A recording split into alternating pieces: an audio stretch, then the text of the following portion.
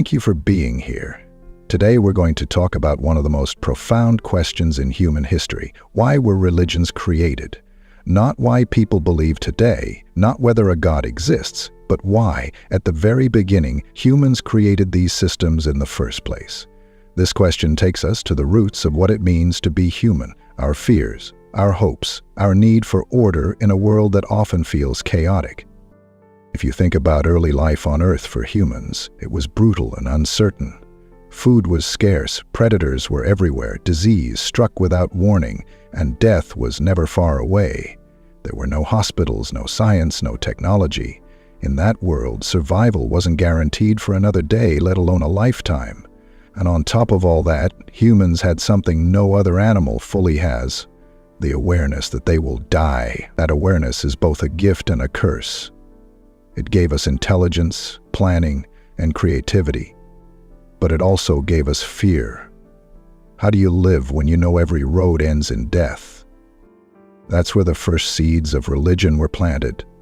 People looked at storms, earthquakes, droughts, and death, and saw chaos they couldn't control. They didn't have meteorology to explain lightning, or medicine to explain illness, or biology to explain why life ends. So they searched for patterns, and when they couldn't find them, they invented them. Thunder wasn't just sound, it was a voice. A flood wasn't random, it was punishment. If nature seemed alive, then maybe someone controlled it. And if someone controlled it, maybe you could bargain with them. From there, the logic was simple. If the gods are angry, we must calm them. If spirits control the rain, we must offer gifts. Rituals were born. The first offerings were likely food, tools, maybe even human lives. Not because people were cruel, but because they were desperate. They thought giving up something precious would keep their tribe alive. In those early days, religion wasn't about morality, it was about survival. But as humans settled and communities grew, religion evolved. It stopped being just a way to explain natural events and became a way to control human behavior. In small groups, trust comes naturally. You know everyone. But when villages turn into cities, strangers live side by side. How do you make sure people cooperate when you can't watch them all? That's when the idea of an all-seeing God became powerful. If the gods watch everything and punish those who cheat, then honesty becomes the safer choice. Anthropologists call this the big gods theory. The idea that moralizing gods helped large societies function because they acted as invisible police.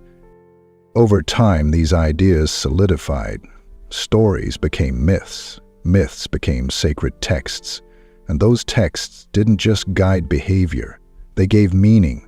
They told people where they came from, why they suffer, and what happens when they die. That last question might be the most important of all. Death terrified people then as it does now. The thought of nothingness is almost impossible for the mind to process. Heaven, reincarnation, spiritual realms. These ideas softened the blow of mortality. They turned death into a doorway, not an ending. And that promise, even without proof, was enough to keep people believing for thousands of years. But religion didn't just comfort individuals. It shaped civilizations. It created shared identity. You weren't just part of a family, you were part of a faith that gave people belonging in a world where isolation meant death. And it gave rulers a tool like no other. If you claim the gods are on your side, your power becomes absolute.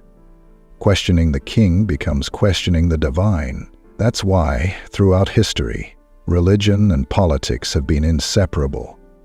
From Egyptian pharaohs called gods to medieval kings ruling by divine right, faith gave authority a sacred shield.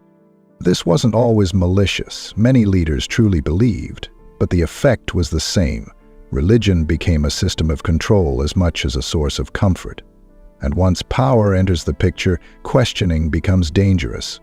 Doubt isn't just a private thought, it's a threat to order. That's why so many religions developed harsh penalties for disbelief. It wasn't about theology, it was about stability. But beyond control, religion served something deeper, the human craving for justice. The world is unfair. Good people suffer, bad people thrive. If life ends in the grave, that injustice stays forever. Religion solved that by creating another life where everything is balanced. Heaven and hell, karma, cosmic judgment, different names, same promise, justice delayed but guaranteed. That idea gave hope to the oppressed and fear to the powerful. And hope and fear are two of the strongest forces shaping human behavior. Now, fast forward to today. Science explains what myths once explained. We know why storms happen, why diseases spread, why the sun rises without a chariot pulling it. Laws enforce order without needing divine threats. Yet religion remains. Why? Because the needs that created it are still here. People still fear death. They still crave meaning. They still want justice when life feels cruel. And as long as those needs exist, religion will find a way to survive, even if its explanations no longer hold up under scrutiny. But here's the turning point. For the first time in history, large numbers of people are asking whether we can meet those needs without illusion. Can we face mortality without heaven? Can we build morality without divine command? Can we create meaning in a universe that offers none? These questions are shaping the modern world. And the answer many are finding is yes. Not easily, not perfectly, but yes. Because purpose isn't given. It's made. And when you realize that, life doesn't shrink. It expands. The story of religion isn't just the story of belief. It's the story of humanity trying to make sense of a world that scared and amazed us. Religion was our first attempt at understanding, our first attempt at ethics, our first attempt at hope. But it was never the last attempt. Knowledge grew, and with it, new ways of living without leaning on the supernatural. That's where we stand now, on the edge of a future where meaning isn't written in the sky, but in our choices. When we talk about why religion was created, we have to start with the mind itself. Human brains are meaning-making machines. We hate randomness because it feels dangerous. If something bad happens for no reason, then it can happen again anytime, and that uncertainty is terrifying. So we invent reasons, even false ones, because reasons feel safer than chaos. This is called pattern seeking, and it's built into our biology. It's why we see faces in clouds, why we knock on wood for luck, and why our ancestors believed storms were punishments. They weren't stupid, they were human, and humans would rather believe in an angry God than in a world with no rules. There's another mental bias called agency detection. It's the tendency to assume that events have intention behind them. If the grass moves, we assume a predator is hiding, even if it's just the wind. This bias kept early humans alive because the cost of being wrong was low, and the cost of ignoring danger was death. But this instinct didn't stop at animals. It spilled into how we interpreted nature. If something moved, there must be someone moving it. If something happened, someone caused it. This gave birth to spirits, gods, and demons. Lightning wasn't just energy, it was anger. Disease wasn't microbes, it was a curse. Agency detection made us see minds where there were none. And from those imagined minds, religions grew. But religion wasn't just a mental glitch. It solved real problems. It gave people rules when laws didn't exist. It created rituals that gave structure to life. Rituals seem strange from the outside, but they serve a purpose. They reduce anxiety by making life predictable. When you repeat an action, you feel like you're controlling something, even when you aren't. Modern experiments show that even non-believers do rituals under stress because it calms the mind. Our ancestors faced endless uncertainty, so they invented rituals for everything: birth, death, harvest, war. These rituals bonded people together, which made groups stronger than individuals. And when survival depends on unity, anything that creates unity is valuable. Over time, these rituals became traditions, traditions became sacred, Sacred things became untouchable. That's how myths hardened into dogma. Once a belief becomes sacred, questioning it feels like betrayal. This isn't unique to religion. We see it in politics, culture, even sports. But with religion, the stakes were eternal. Questioning didn't just risk punishment in life, it risked torment after death. That fear was powerful. It kept entire civilizations obedient. And for leaders, it was convenient. A king can't watch every citizen, but an all-seeing God can. So rulers aligned themselves with religion and claimed divine authority. Laws were no longer human agreements, they were heaven's commands. Break them, and you weren't just a criminal, you were a sinner. This fusion of power and faith shaped every empire from Egypt to Rome to medieval Europe. But here's something important. People didn't just obey out of fear.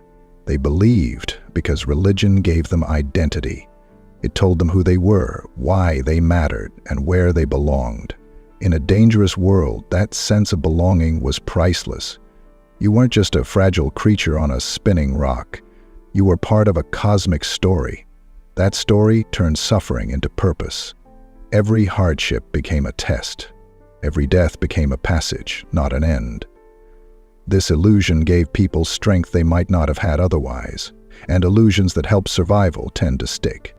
There's also the question of justice. Life is unfair. We see it every day. Good people die young. Bad people thrive. If death is the end, injustice wins. Religion answered that with afterlife promises. Heaven, hell, karma, all versions of the same idea. Justice delayed but certain. That idea comforted the powerless and restrained the powerful.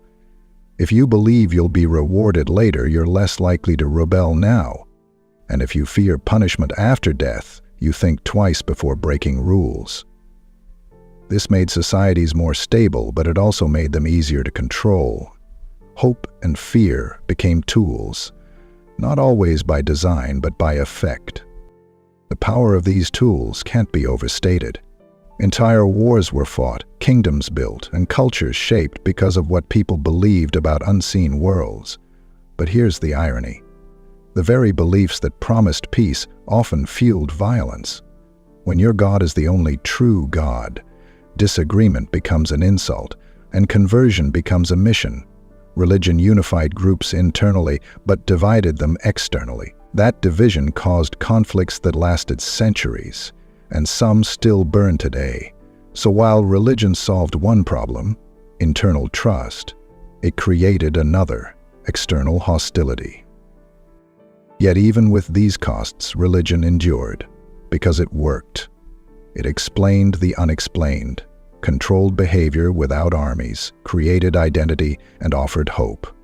No other system did all that for so long. Science explains nature, but it doesn't comfort grief. Law enforces order, but it doesn't promise eternal justice. Philosophy explores meaning, but it doesn't guarantee it. Religion did all three, even if the answers were illusions. But illusions don't disappear easily. Even now, when science has dismantled the old explanations, the emotional core remains. People still fear death. They still crave fairness. They still want life to mean something. These needs are ancient, and they won't vanish with technology. That's why religion persists even in educated societies. It speaks to the heart more than the head. Facts can't compete with feelings when those feelings are tied to survival. However, something is shifting. More people today are questioning old beliefs, not because they stopped fearing death or wanting meaning, but because they see other ways to handle those fears. Therapy instead of confession, philosophy instead of scripture, human rights instead of divine law, and most importantly, purpose that isn't borrowed from heaven but built on earth. That's a harder path because it offers no guarantee. Maybe that's what makes it real. As societies advanced, the foundations that once made religion indispensable began to erode. Science explained what myths could only guess. Lightning was no longer the anger of gods, it was electricity. Disease was not punishment, it was biology. Rain didn't depend on sacrifices, it depended on weather patterns. Each discovery pushed the supernatural further back, shrinking the territory of mystery where gods once lived. And yet, religion didn't vanish. It adapted. When explanations failed, it shifted from describing the natural world to claiming the moral high ground. It stopped asking us to believe because of evidence and started asking us to believe because of faith. Faith became the ultimate shield. When questions about evidence arose, the answer changed from, "Here is proof," to, "You must trust." That move was clever because trust cannot be measured. It made religion harder to challenge because it placed truth beyond the reach of reason. You can't argue with what someone calls sacred, and this shift wasn't accidental. It was survival. When knowledge grows, authority built on ignorance collapses unless it finds a new base. That base became emotion. But even as faith retreated from science, its emotional appeal stayed strong. People didn't stop grieving when science explained death. They didn't stop fearing uncertainty when physics explained storms. Facts calm the mind, but they rarely comfort the heart. That's why religion still speaks to billions, not because it wins the argument, but because it offers something logic can't. The illusion of ultimate safety, a plan, a purpose, a promise that you are not alone. When life feels fragile, those illusions can feel like oxygen. Yet illusions have consequences. When people cling to myths in a world that demands evidence, conflict is inevitable. We see it in debates over evolution, climate change, medical ethics, places where belief collides with facts. This isn't just about personal faith. When illusions shape laws, education, and policy, they affect everyone. That's why understanding why religion was created matters. Not to mock the past, but to avoid repeating its mistakes. Because here's the truth. Religion was never about truth. It was about survival. Physical, social, and emotional. It gave early humans tools they needed when no others existed. It made cooperation possible, gave order to chaos, and softened the fear of death. For thousands of years, it was the best story we had. But stories aren't sacred just because they're old. They're only as useful as the reality they help us face. And today, we live in a different reality. We have science to explain nature, laws to enforce fairness, and communities that don't need dogma to exist.